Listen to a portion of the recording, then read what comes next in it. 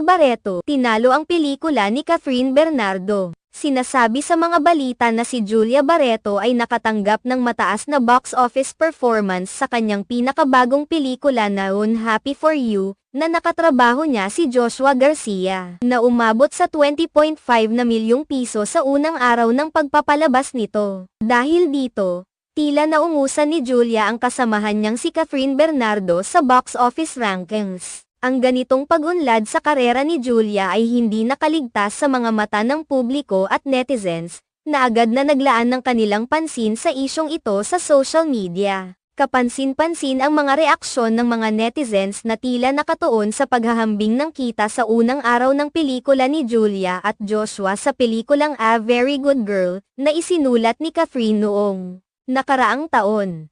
Marami ang hindi makapagpigil sa paghahambing ng dalawang pelikula, partikular sa kanilang performance